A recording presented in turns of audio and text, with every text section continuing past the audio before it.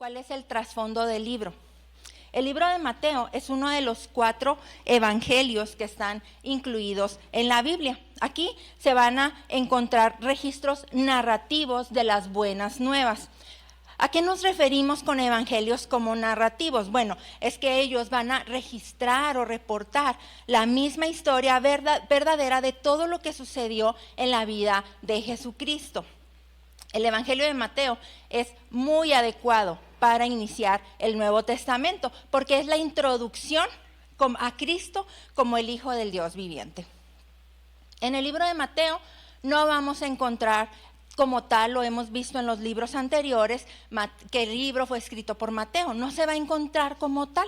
De hecho, algunos piensan que este libro fue escrito por Papías, por ahí del 125 después de Cristo. Sin embargo, los padres de la iglesia primitiva dicen que no, que por decisión unánime, este libro fue escrito aproximadamente en el 70 después de Cristo por Mateo, quien también era llamado Leví, quien era hijo de Alfeo, el cual era un recaudador de tributos públicos antes de que fuera llamado por Jesús para ser uno de los 12 apóstoles.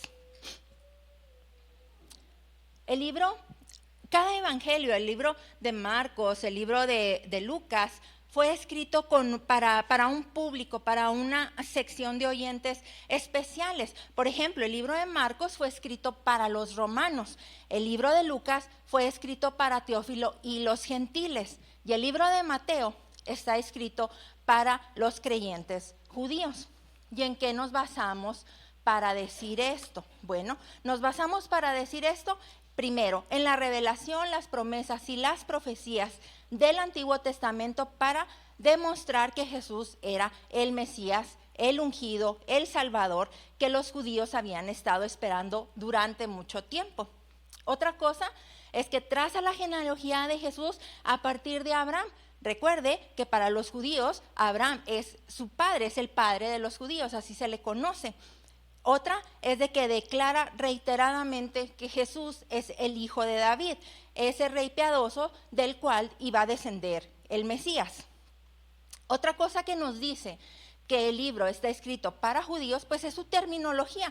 Tiene mucha terminología judía. Por ejemplo, usa mucho lo que el reino de los cielos. En el libro de Mateo lo vamos a encontrar muchas veces, el libro de los cielos, porque ese es un sinónimo del reino de Dios. Pero recuerde que para los judíos tienen una renuencia muy reverente a mencionar el nombre de Dios directamente. Entonces, por eso se menciona el reino de los cielos. Y otra cosa que nos dice que está escrito para judíos es que se hace mención de costumbres judías, pero no se da ninguna explicación adicional. Sin embargo, en los libros de Marcos y en los libros de Lucas sí se provee una explicación acerca de los rituales o de las costumbres que se estaban llevando a cabo para que pudieran ser fáciles de entender para quien la estuviera leyendo. El libro de Mateo fue escrito, como le mencioné, con el propósito de que fuera leído por los judíos. Sin embargo, no es solamente para ellos. ¿Por qué? Porque como el mensaje mismo de Jesucristo, el Evangelio de Mateo fue escrito para toda la iglesia. Y de esta manera está demostrando con fidelidad el alcance universal y el impacto mundial de las buenas nuevas acerca de Jesús. También el Evangelio de Mateo contiene muchas narraciones comunes con Marcos y Lucas. Recuerde que a estos 3 evangelios se les llaman evangelios sinópticos. Sin embargo, el libro de Mateo tiene aproximadamente 1/4 de las narraciones que son exclusivas de Mateo. No las vamos a encontrar en ningún otro libro, solamente en Mateo. Y sus relatos son más concisos que los de Marcos. Y también el tono ceremonial que tiene el libro de Mateo induce a pensar que tenía una cierta formación rabínica quien estaba describiendo los eventos.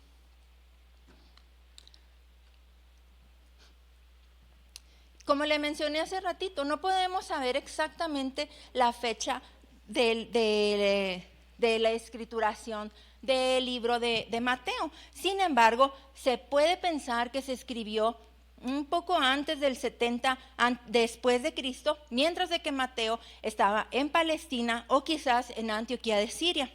Algunos eruditos piensan que Mateo pudo haber sido el primero de los 4 evangelios. Sin embargo, la norma general dice que el primero escrito pues fue Marcos.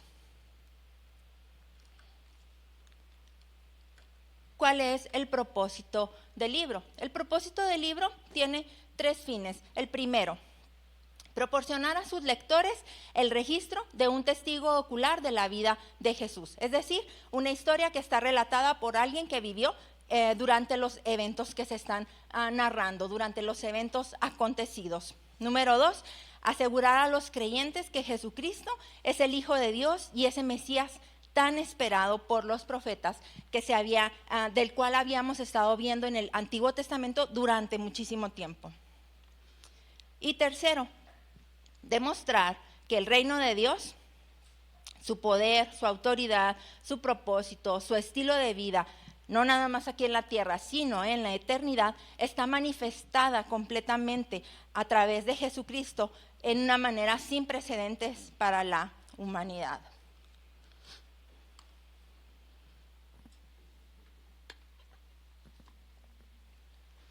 Y luego hay 2 cosas importantes que Mateo quiere hacer notar. La primera es que Israel rechazó a Jesús y a su reino. ¿Por qué? ¿Por qué se negaron a creer que Jesús era ese Mesías prometido y tan profetizado en el Antiguo Testamento? ¿Por qué? Porque Jesús llega como un líder espiritual y ellos estaban esperando a un líder político. Ellos estaban esperando una persona que les quitara el yugo romano que estaba tan azotándoles de una manera bastante gravosa. Sin embargo, no se daban cuenta que Jesús venía con un propósito aún mucho más grande, porque Él venía a quitar el yugo del pecado. Y ellos no lo entendían de esa manera. Entonces, como no llegó como ellos esperaban, pensaban que Él no era realmente el Mesías que ellos estaban esperando durante todos estos años. Y otra cosa que también Mateo quiere que se entienda es que el Señor va a regresar al fin de los tiempos, en los últimos días después de este juicio terrenal, va a volver con toda su gloria como Rey de Reyes para juzgar y gobernar sobre las naciones. ¿Cuál es el énfasis de ese libro? Y aquí quiero que se ponga muy listo porque quiero que vea cuáles son los énfasis que tiene el libro de Mateo. Primero, Jesús es el Hijo de Dios. Él es el Rey mesiánico de los judíos. Segundo, Jesús es Dios presente con nosotros en poder milagroso. Tercero, Jesús es el Señor de la iglesia. Cuarto, la importancia de las enseñanzas de Jesús para el pueblo de Dios. Y quinto, el evangelio del reino de Dios es para todos los pueblos, judíos y gentiles por igual. Y si se fija, hay una constante en este énfasis que estamos viendo. Si se fija, ¿cuál es la constante que estamos viendo en el énfasis? Jesús, porque para Mateo el centro de su libro es Jesús, es enfocarse en la vida de Jesús, es demostrar que Él es el Mesías que estaban esperando. Ese es el centro del libro de Mateo.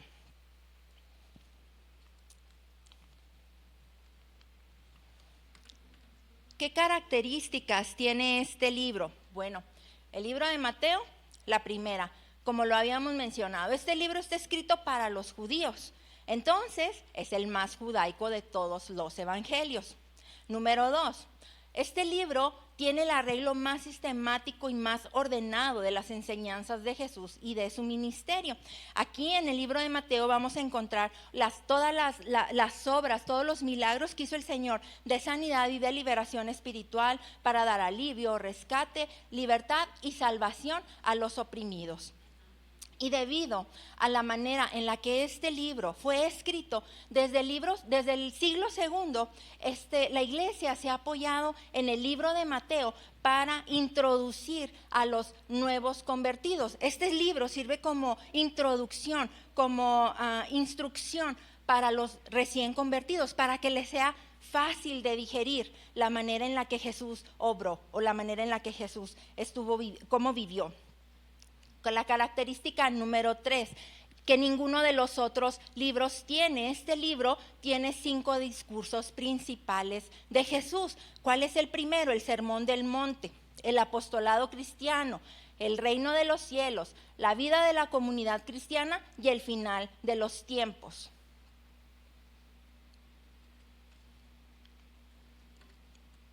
Este libro también identifica sucesos de la vida de Jesús como cumplimiento del Antiguo Testamento con más frecuencia que ninguno otro en el Nuevo Testamento. ¿Por qué? Porque para Mateo era importante hacerle notar a sus lectores que realmente Jesús era el cumplimiento de las profecías del Antiguo Testamento. Por eso él hace mucho ligue con todas las profecías del Antiguo Testamento, para que se viera la conexión de la profecía con el cumplimiento en Jesús.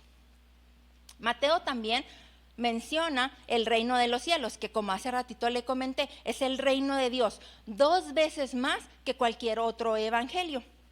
También la sexta característica es que él presta atención a 2 cosas: a las normas de piedad del reino, al poder presente del reino sobre el pecado, la enfermedad, los demonios e inclusive sobre la muerte, y el triunfo del reino en la victoria al final de los tiempos. Y número 7, es el único evangelio que menciona a la iglesia, pero no como un edificio.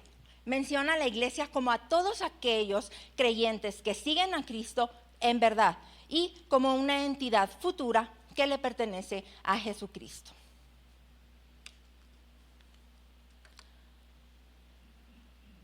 ¿Cuál es el panorama del libro? Bueno, le decía hace ratito, es bien conveniente que Mateo sea el primer libro del Nuevo Testamento. ¿Por qué? Por 2 razones. Por los lazos, primero, que empieza a hacer, es como la continuación. Mateo se encarga de hacer la continuación entre el Antiguo y el Nuevo Testamento, por así decirlo. Hace una conexión con lazos deliberados y directos del Antiguo hacia el Nuevo Testamento. Y segundo, su arreglo cuidadoso de las enseñanzas de Jesús, el cual fue el más usado en la iglesia primitiva y está citado más de 2 veces más que los otros evangelios. Mateo relaciona la historia de Jesús con la historia de Israel. Él comienza con una introducción doble acerca de los orígenes de Jesús, como sus orígenes divinos, pero a la vez sus orígenes humanos. ¿Cómo lo hace? Bueno, pone la genealogía real, lineal de la línea de Israel, y cumpliendo todas las expectativas mesiánicas proféticas. Mateo menciona más de 11 veces, así se cumplió lo dicho por los profetas. ¿Y sabe por qué lo hace, verdad? Para dar el aseguramiento a sus lectores de que eso ya se había profetizado y ahora el cumplimiento lo estamos viendo con Jesús. Después de que hace esas conexiones, Mateo combina las secciones dándole un aspecto progresivo a la historia, y todas sus historias tienen que ver con Jesús. Con Jesús, el rey mesiánico, inaugurando el tiempo del gobierno real de Dios, la proclamación del reino y de la vida, el poder y la misión del reino, el cuestionamiento y la oposición al reino, la recepción mixta en el mundo. ¿Qué quiere decir esto? Bueno, que ahí va a haber unos que lo iban a aceptar, pero iba a haber otros que lo iban a desechar. Eso es la recepción mixta que iba a tener Jesucristo. La oposición creciente que iba a haber, la confesión de los discípulos, y finaliza con instrucciones especiales a la comunidad, como lo habíamos dicho, con la Gran Comisión. Mateo presenta a Jesús en una oposición constante con los fariseos y las enseñanzas de la ley, de tal manera que hace ver la sinagoga establecida por los fariseos como contra sus discípulos. La historia va a finalizar con el juicio, la crucifixión, la resurrección de Jesús y la comisión de los discípulos para llevar la historia de Jesús a las naciones. Es importante aquí mencionar una cosa. Mateo le da énfasis a algo que sucedió mientras Jesús estaba muriendo, y eso es la cortina del templo se parte en dos, significando que el tiempo se ha acabado y que ahora hay un nuevo comienzo. El tiempo de Jesús es el que ha iniciado al abrirse o al romperse la cortina del templo. Significa que el tiempo de Jesús ha iniciado. Y aquí es importante también notar una cosa. Mateo tiene un interés explícito en los gentiles, en la misión de ir por los gentiles. En su genealogía, él nombra 4 mujeres: Tamar, Rahab, Ruth y a Betsabé, que era la esposa de Urías, que después se convirtió en la esposa de David. Al inicio de la historia, Mateo ve el cumplimiento de la profecía de Isaías 9, del 1 al 2. El pueblo que vivía en tinieblas en Galilea de los gentiles ha visto una gran luz, y termina con Mateo 28, del 16 al 20, donde da la comisión a los apóstoles para ir a hacer discípulos a todas las naciones, es decir, ir y llevar el mensaje de salvación a los gentiles también.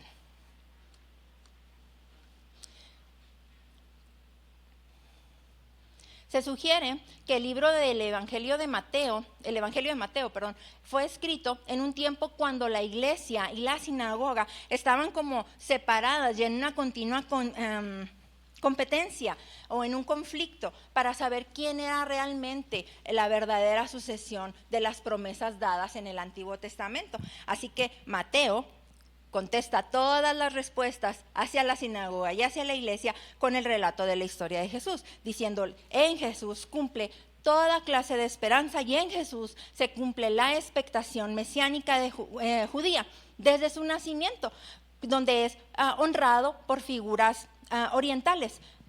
Recordará cuando vienen los reyes del oriente a conocer al niño y le honran. Y luego en su nacimiento, su bautismo, su transfiguración, es señalado como el Hijo de Dios. Su nacimiento virginal cumple con la promesa de Isaías 7:14, donde dice: y llamará su nombre Emmanuel, que significa Dios con nosotros. Él muere como el rey de los judíos. Es reconocido por el Hijo de Dios mientras estaba en la cruz por el centurión romano, y también Mateo reconoce a Jesús como el siervo sufriente de Isaías en el capítulo 20, versículo 28. Jesús también es presentado por Mateo como el verdadero intérprete de la ley, especialmente contra los fariseos y contra los maestros de la ley, quienes habían convertido toda la carga de la ley, todas las cuestiones de la ley en un yugo pesado, en una carga bastante pesada sobre el pueblo. Y sin embargo Jesús, quien al ser Hijo de Dios, conoce y revela al Padre, Él ofrece un yugo fácil y una carga ligera. Su ley es misericordia y es gracia para todos los que experimentamos tal misericordia. Se espera que a la vez nosotros, y ahí ya me estoy incluyendo yo también, nosotros ofrezcamos esa misma misericordia a los demás.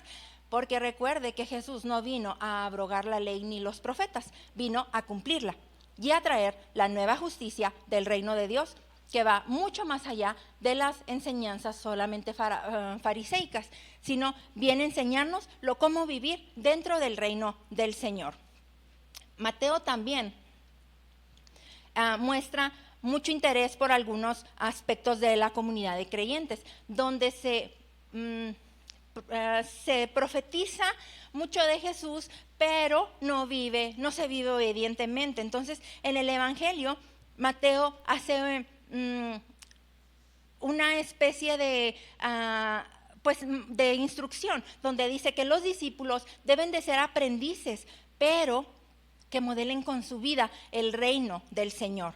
Para Mateo, Jesús es el Jesús es el centro de todo, y los que le siguen no solamente proclaman la venida del reino, sino que también se espera que vivan como el Señor. Y cuando se tenga éxito en la proclamación del reino, especialmente hacia los gentiles, se deben hacer discípulos, enseñándoles que guarden el camino de Jesús, tanto en su vida individual como en su vida en comunidad, en la iglesia. Mateo intenta que su evangelio se utilice como un manual de instrucciones para poder llevar la vida en el reino del Señor. Y ahora sí, esa era nada más una pequeña o una larga, como la quiera ver, introducción para que veamos todo lo que tiene que el libro de Mateo, de lo que se trata, que era lo que Mateo realmente quería transmitir. Y aquí nos vamos a ir un poquito rápido para abarcar los 28 capítulos. En el capítulo 1 y 2, ¿qué es lo que vamos a encontrar? El prólogo. Ay, me equivoqué. Ahí está. Vamos a encontrar el prólogo, los orígenes divinos y los orígenes humanos de Jesús. ¿Qué vamos a encontrar aquí en los capítulos unidos? Vamos a encontrar la genealogía, partiendo específicamente desde Abraham. Y aquí es importante o es interesante que veamos una cosa. Hay 14 generaciones de Abraham a David, y luego hay 14 generaciones de David a la deportación, y luego hay 14 generaciones de nuevo desde la deportación hasta el nacimiento de Cristo. Y luego, ¿cuáles son los orígenes del Señor? Su nacimiento virginal, y luego Él cumple la profecía de Isaías y se hace énfasis en sus orígenes divinos, en su concepción bajo el Espíritu Santo o a través del Espíritu Santo, no por medios humanos, ¿no? Aquí también Mateo hace la anunciación a José de lo que está sucediendo. Nos narra también la visita y la adoración de los magos. También nos narra la matanza de los inocentes por Herodes, y luego lo que provoca que María y José, junto con el niño, tengan que irse a Egipto a refugiar. Y luego nos lleva hasta donde Jesús ya es un hombre. Y nos trae a la introducción a Jesús en el capítulo 3 y capítulo 4, los 11 primeros versículos. Nos muestra la introducción de Jesús a Israel a través de Juan el Bautista, y luego su bautismo por Juan el Bautista en el río Jordán. Y luego nos narra que Jesús es llevado al desierto para ser probado, es llevado por el Espíritu al desierto para ser probado por lo que es, por ser el Hijo de Dios y por su propósito, para su misión de siervo sufriente. Y aquí es importante notar una cosa: los 40 días que Jesús está en el desierto son similares a los 40 años que anduvo Israel en el desierto, nada más que hay una pequeña diferencia o grande diferencia, como lo quiera ver. Israel fue derrotado en el desierto, y Jesús salió victorioso porque Él derrota a Satanás justamente en donde Israel falla. Y si quiere un contexto un poquito más amplio, váyase a su casa. Cuando vaya a su casa, vea en Deuteronomio 6 al 8 y va a encontrar de lo que estamos hablando. Es cuando Israel falla, y aquí mismo es en donde Jesús está triunfando y gana su primera partida contra el enemigo. Y luego viene la proclamación del reino. Y aquí vamos a abarcar desde los capítulos 4, versículo 12, hasta el capítulo 7. Aquí vamos a encontrar que Jesús proclama las buenas nuevas del reino y empieza su ministerio de sanidad. Vamos a ver el sermón del monte, el cual nos recuerda a Moisés enseñándole la ley al pueblo en el monte Sinaí. Va a haber 9 bienaventuranzas afirmándole al pueblo que ellos son o que sean sal y luz para el mundo. Hay una instrucción sobre la nueva justicia, la manera de vivir en el reino para cumplir con la ley y con los profetas. Nos enseña del amor a los enemigos, de las limosnas discretas, la oración entre Dios y nosotros, enseña el Padre Nuestro. Aquí también habla del desarrollo de la confianza en Dios con sencillez de corazón, el trato justo de unos con otros. Y concluye el capítulo 7 diciendo, aquí está. Y cuando terminó Jesús estas palabras, la gente se admiraba de su doctrina porque les enseñaba como quien tiene autoridad y no como los escribas. La gente estaba impresionada por la manera en la que Jesús les estaba enseñando y les estaba hablando. Y luego nos vamos a ir a los capítulos del 8 al 10. Y aquí vamos a encontrar el poder y la misión del reino. Aquí vamos a encontrar 8 historias y 8 milagros. El primero, la misericordia para un proscrito, es decir, para un leproso. Y luego la misericordia para un gentil, para el siervo del centurión.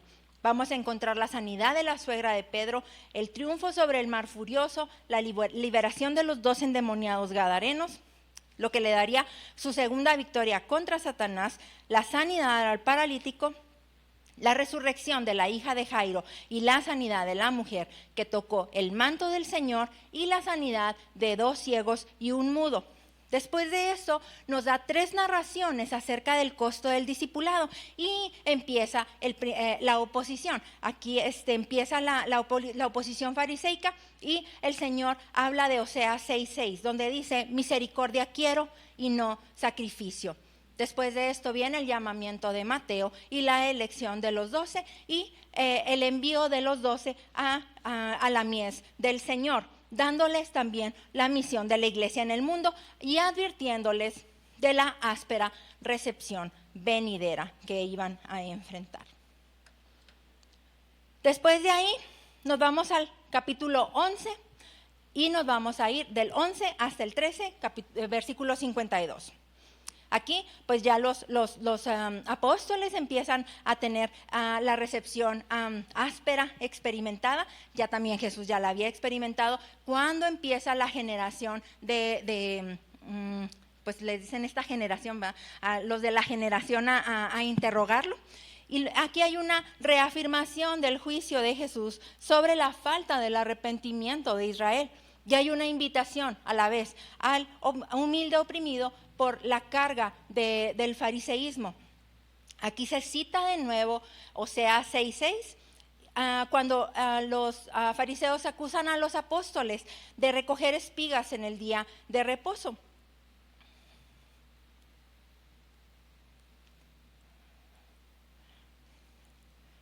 Y luego viene la afirmación al pobre y humilde que sigue a Jesús y hace su voluntad, la oposición que se considera con el cumplimiento respecto de Jesús al verlo como el siervo sufriente. Y luego vienen 7 parábolas, las 7 parábolas que nos hablan, la parábola del sembrador, la del trigo y la cizaña, la semilla de mostaza, la parábola de la levadura, la del tesoro escondido, la perla de gran precio y termina con la parábola de la red. Aquí culmina con la instrucción a los discípulos sobre la recepción del mundo, del reino en el mundo. Y se hace énfasis en la parábola 5 y 6, que son la del tesoro escondido y la perla del gran precio, para enfatizar el valor incomparable del reino del Señor.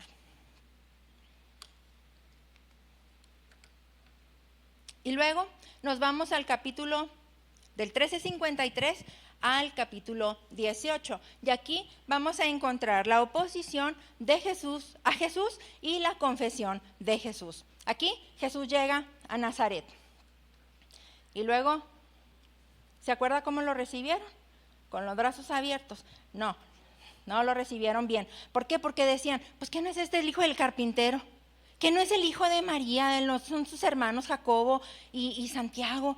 O sea, no le veían ningún atractivo, por así decirle, no veían que él fuera alguien especial. Entonces, por esta razón el Señor no puede hacer suficientes milagros en esa región y se va.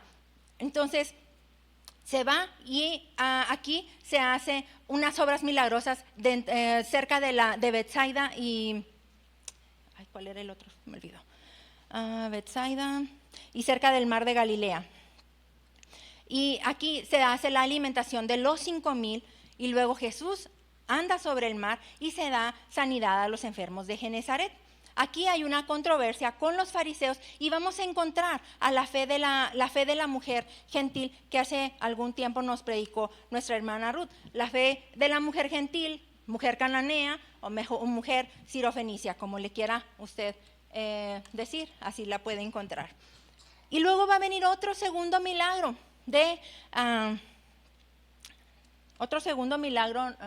espérame tantito, bueno, lo voy a dejar aquí. Sí, otro segundo milagro de alimentación, donde se alimentan a los 4,000 personas.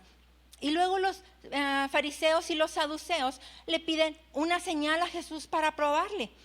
Y hay una advertencia de Jesús a los discípulos por la enseñanza farisea. Y los discípulos entonces confiesan a Jesús como el Mesías. Y aquí viene el primer anuncio de la muerte de Jesús. Después de ese anuncio vamos a ver la transfiguración del Señor, la cual fue vista por Pedro, Jacobo y Juan. Y aquí vamos a ver después de esto un triunfo más del Señor sobre los demonios al sanar al muchacho lunático. Pero después de esto hay un segundo anuncio de la muerte del Señor. Y Mateo retoma ahora el tema del discipulado relacionando las relaciones dentro de la comunidad de creyentes, el cual incluye instrucciones a no hacer tropezar a los pequeños, a buscar a los extraviados y a tratar el pecado de unos con otros, además de hablar del perdón. Y luego nos vamos a los capítulos 19 al 25. Y aquí vamos a encontrar a Jerusalén recibe, pero Jerusalén también rechaza a su rey. Jesús está continuando su ministerio en Judea. Aquí continúan pues los temas de oposición y del discipulado de él hacia sus apóstoles. Habla con los fariseos acerca del divorcio, toca el tema de la dificultad para los ricos a entrar en el reino de los cielos y les dice una frase que realmente a ellos les molesta: los últimos serán los primeros. ¿Por qué? Porque dice que los últimos van a recibir misericordia. Y ellos que se creían los primeros pues y se consideraban dignos de recibirla, sin embargo al mencionar el Señor esto de los últimos serán los primeros, esto causa bastante malestar en los fariseos, y esto da el tercer anuncio. Con esto se nos da el tercer anuncio de la muerte de Jesús. Después de este tercer anuncio de la muerte de Jesús, vienen Santiago y Juan a buscar un lugar de honor en el reino del Señor, queriendo estar uno a la derecha y a la izquierda cuando el Señor estuviera en su gloria. En el camino a Jerusalén, el Señor todavía logra sanar a 2 ciegos más, y luego viene la entrada triunfal. La entrada triunfal a Jerusalén, donde el pueblo lo recibe como su rey. Inmediatamente después el Señor hace una purificación al templo. Y aquí pues se va a empezar a ver una historia una serie de historias de conflictos que se mezclan con parábolas, mostrando el conflicto sobre la autoridad de Jesús, lo cual va a terminar con la ejecución del Señor. Aquí también el Señor hace un anuncio de juicio a los maestros de la ley, a los fariseos, pero también a Jerusalén, con un llamado de velar y servir por parte de sus seguidores. Y luego nos vamos a la parte final.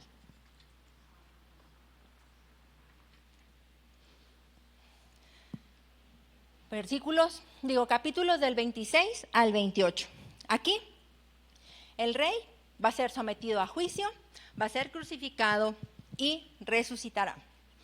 Va a haber el rechazo final de parte de Jerusalén para Jesús, y luego va a haber el juicio de Jesús, la negación de Pedro, la crucifixión de Cristo, la muerte y la sepultura de Jesús. Y aquí, como le dije hace ratito, Mateo se va a centrar en dos cosas importantes. En el rasgado del velo del templo, donde se rasga en dos, y que algunos santos que habían muerto se levantaron a la vida. Y esto, le repito, marca el fin de lo viejo para darle inicio a lo nuevo. Mateo concluye con una esperanza para el futuro. No está aquí, sino que ha resucitado. Y el Evangelio lo concluye con la gran comisión dada a los discípulos y la afirmación de que toda autoridad le pertenece al Señor resucitado y que Él estará presente con nosotros todos los días hasta el fin del mundo, mientras de que nosotros sigamos cumpliendo con su comisión. Esto es el libro de Mateo.